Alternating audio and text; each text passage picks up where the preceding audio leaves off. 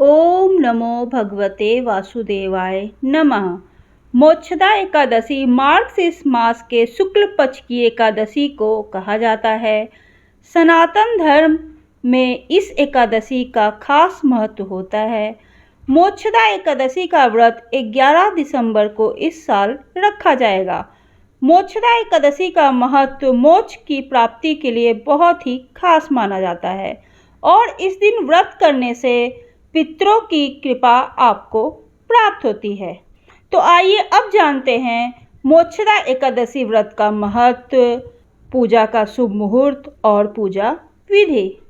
मोक्षदा एकादशी का व्रत भगवान विष्णु की पूजा के लिए बहुत ही खास माना जाता है। इस दिन व्रत करने से भगवान विष्णु की कृपा हमको प्राप्त होती है। इसके साथ ही हमारे पितरों के लिए भी मोक्ष की प्राप्ति का रास्ता सुगम हो जाता है। यह व्रत मार्गशीर्ष माह के शुक्ल पक्ष की एकादशी तिथि को होता है और इस दिन पितरों के नाम से उनकी प्रिय वस्तुओं का दान करने का भी बहुत ही खास महत्व शास्त्रों में बताया गया है। इस दिन भगवान श्री कृष्ण ने अपने प्रिय सखा अर्जुन को गीता का उपदेश दिया था। इस कारण से मोक्षदा एकादशी के दिन गीता जयंती का भी पर्व मनाया जाता है। इस दिन भगवान विष्णु और माँ लक्ष्मी की विधि विधान से पूजा की जाती है। मोक्षदा एकादशी का व्रत इस साल 11 दिसंबर को रखा जाएगा। पंचांग के अनुसार इस व्रत का आरंभ 11 दिसंबर को देर रात 3:42 पर होगा और वहीं इस व्रत का समापन 12 दिसंबर की देर रात 1:09 पर होगा।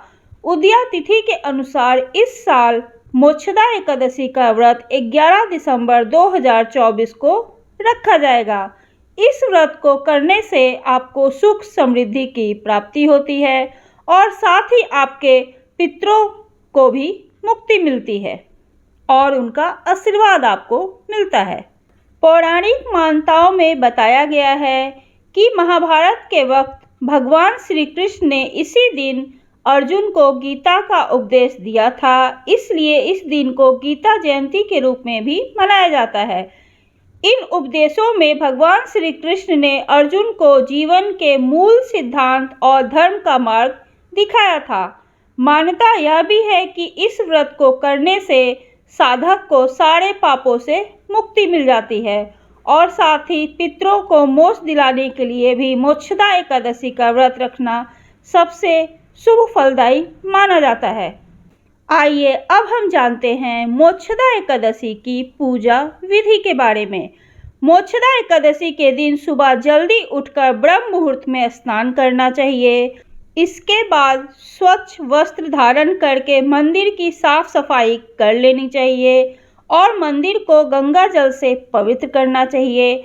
इसके बाद लकड़ी की चौकी लेना चाहिए, उस पर पीला कपड़ा बिछाकर भगवान विष्णु की प्रतिमा को स्थापित करना चाहिए और अगर आप चाहें तो भगवान कृष्ण की प्रतिमा को भी स्थापित कर सकते हैं।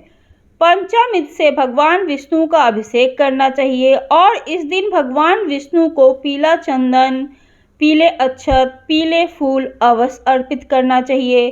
भगवान विष्णु की पूजा करनी चाहिए और मोक्षदा एकादशी व्रत कथा का पाठ करना चाहिए। साथ ही विष्णु चालीसा का भी पाठ करना चाहिए और सबसे आखिर में भगवान की आरती करके उन्हें भोग लगाना चाहिए और प्रार्थना करना चाहिए।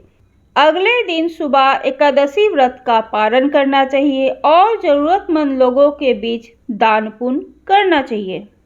आइए अब हम जानते हैं मोक्षदा एकादशी व्रत के पारण का समय।